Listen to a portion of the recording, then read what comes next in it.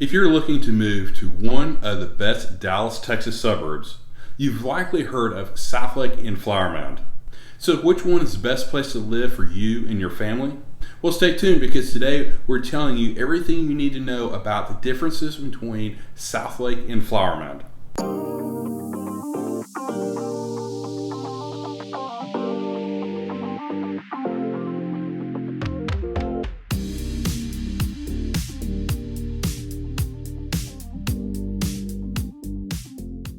Hey there, we're Bret and Molly Chance with Texas Home Life Realty. We love helping people find the best Dallas suburb to call home. You know, the Dallas-Fort Worth Metroplex is a really big place with lots of great cities. So finding the right place for you and your family to live can seem overwhelming. If that's you, we're here to help. Reach out to us by phone, email, or click on our VIP buyer experience form below and we'll go to work helping you find your new home. Now, let's dive into everything you need to know about living in Southlake versus Flower Mound, Texas. We're going to talk about population, crime rates, schools, and stay tuned to the end when we'll talk all about housing. First, let's talk about the differences in the size between the two cities. As of 2021, Southlake had a population of just over 31,000 people, while Flower Mound comes in at around 79,000. Southlake is not only smaller in population, but also in land mass, as the city covers only 22 square miles. Now, Flower Mound has an area of 43 square miles, which is partially taken up by Lake Grapevine. Now, as far as locations, Southlake and Flower Mound are fairly close to one another, with Flower Mound being just over a 20-minute drive to the north side of Lake Grapevine.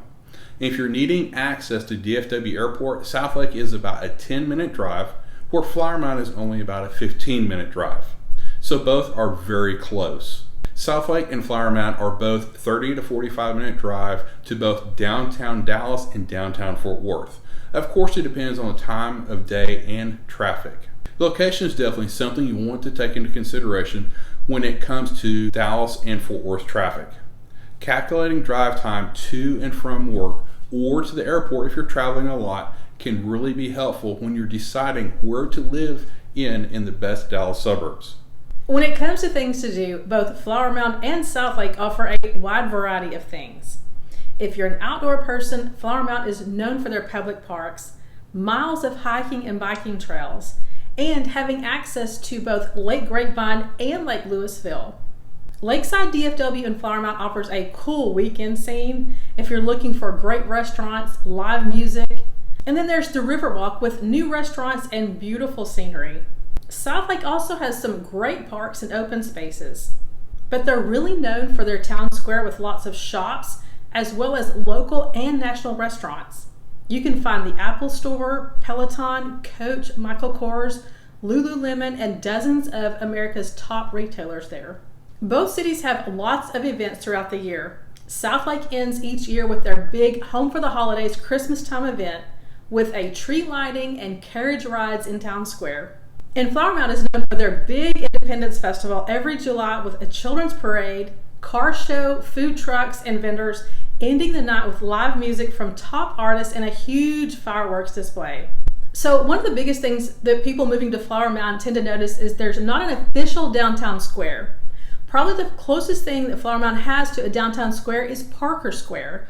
Parker Square has coffee and breakfast places, restaurants, shops, as well as a farmer's market on most weekends. They also have car shows and other events throughout the year. Now, before we get into the best places to live list, tell us what is your top thing when you're deciding where to live? What is your top make or break you must have in the city that you live in? Drop your comment below. So when you look at awards and recognitions, or a list of great places to live, Flower Mound has made quite a few. In 2021 alone, Flower Mound made Money Magazine's Top 50 Best Places to Live report as the fourth best city to live in the entire U.S.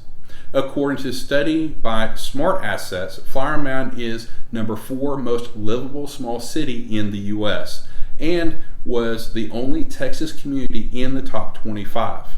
Flower Mound also is number 3 best suburbs to buy a house in the DFW area, according to niche.com, and was named number 9 best suburbs to buy a house in Texas. Niche.com also ranked Flower Mound as number 7 best suburbs to raise a family in Texas.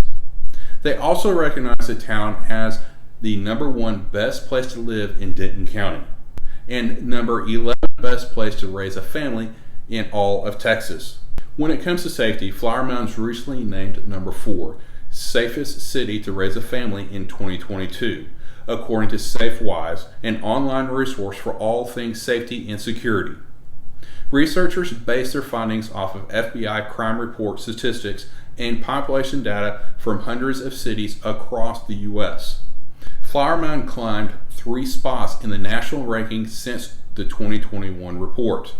In 2020, Flower Mound was ranked as one of the Texas' fastest growing real estate markets, coming in at number 2 on the list just behind Austin. Niche.com ranked Southlake in number 1 best suburbs to buy a house in the Dallas-Fort Worth area, number 3 suburbs to buy a home in Texas, and number 4 best suburbs to raise a family in Texas. And in 2020, personal finance website Wallet Hub ranked Southlake at the top of the list in the top 1% of cities in America, based on affordability, economic health, education and health, quality of life, and safety. Changing gears, let's talk about crime rates, because we get asked a lot about crime rates in the Dallas suburbs. We went to citydata.com crime rates index to find that in 2019, the crime rates in Flower Mound was at 63, which is 4.3 times smaller than the U.S. average. And in 2019, in Southlake was 60, which is 4.5 times lower than the U.S. average.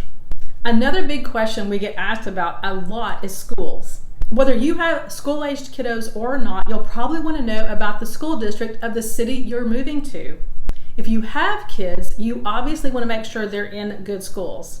But secondary to that, school ratings can greatly affect home values.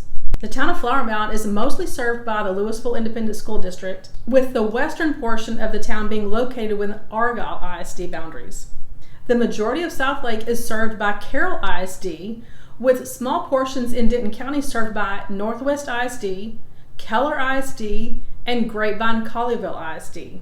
We would normally share how they're rated, but unfortunately the Texas Education Agency did not give any ratings for the 2020-21 school year because of the pandemic. We can tell you that both Southlake and Flower Mound schools are highly sought after.